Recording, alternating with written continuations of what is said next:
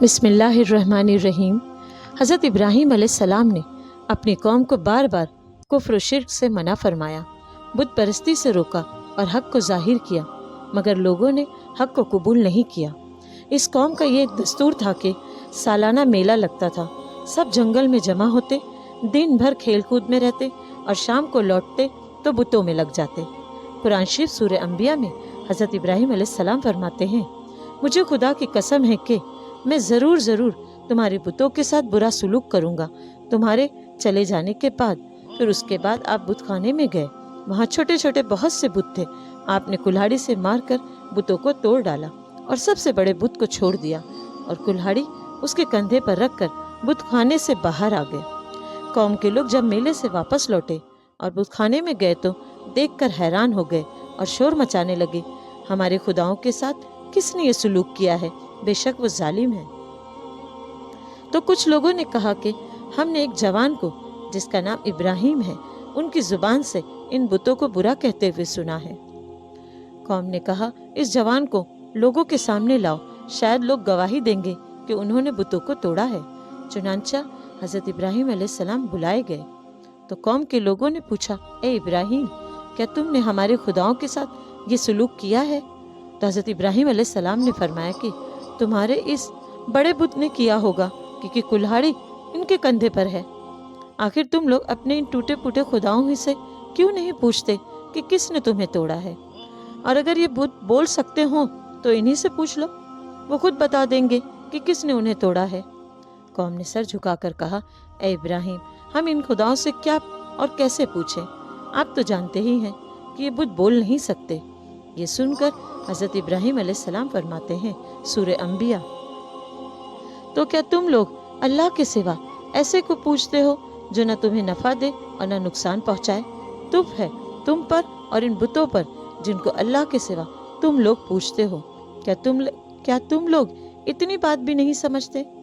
یہ سن کر قوم نے کوئی جواب نہیں دیا، بلکہ شور مچایا اور چلا چلا کر بت پرستوں کو بلایا کہ اے لوگوں، سورہ انبیاء میں ذکر ہے، اے لوگوں، حضرت ابراہیم علیہ السلام کو آگ میں جلا دو اور اپنے خداؤں کی مدد کرو، اگر تمہیں کچھ کرنا ہے تو یہ کرو۔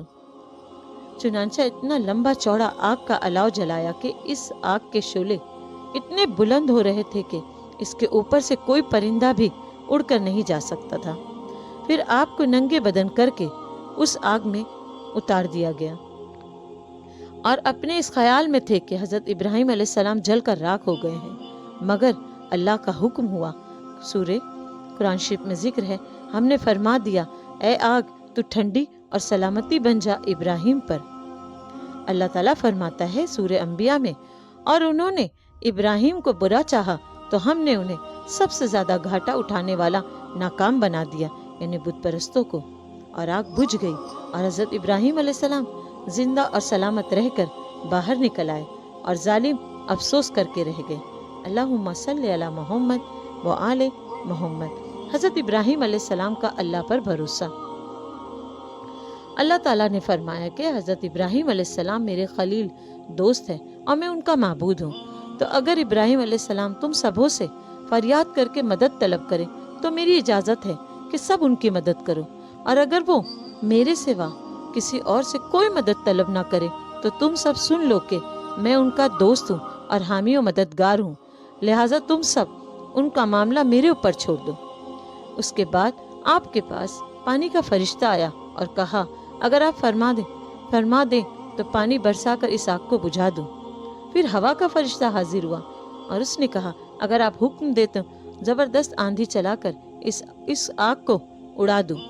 آپ نے ان دونوں فرشتوں سے فرمایا کہ مجھے تم لوگوں کی کوئی ضرورت نہیں، مجھے میرا اللہ کافی ہے اور وہی میرا بہترین کارساز ہے، وہی جب چاہے گا اور جس طرح اس کی مرضی ہوگی میری مدد فرمائے گا۔ اللہم صلی علی محمد و آل محمد۔ ایک روایت میں یہ بھی آیا ہے کہ جب بت پرستوں نے آپ کو آگ میں ڈالا تو آپ نے اس وقت یہ دعا پڑھی، لا الہ الا انت سبحانک لک الحمد و لک الملک لا شریک لک۔ اور جب آپ آگ کے شعلوں میں داخل ہو گئے تو حضرت جبریل علیہ السلام تشریف لائے اور کہا، آپ کو کوئی حاجت ہے؟ آپ اللہ کے دوست ہیں۔ آپ نے فرمایا کہ تم سے کوئی حاجت نہیں ہے، مجھے میرا اللہ کافی ہے۔ جس وقت یہ آگ والا واقعہ پیش آیا اس وقت حضرت ابراہیم علیہ السلام کی عمر شریف 16 سال یا 20 سال تھی۔ آپ کتنی دیر تک آگ میں رہے، اس میں 3 اقوال ہے۔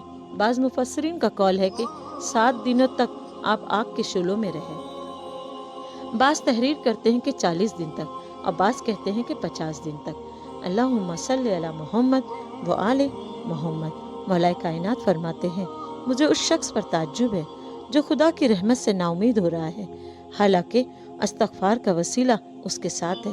اللہم صلی علی محمد و آل محمد۔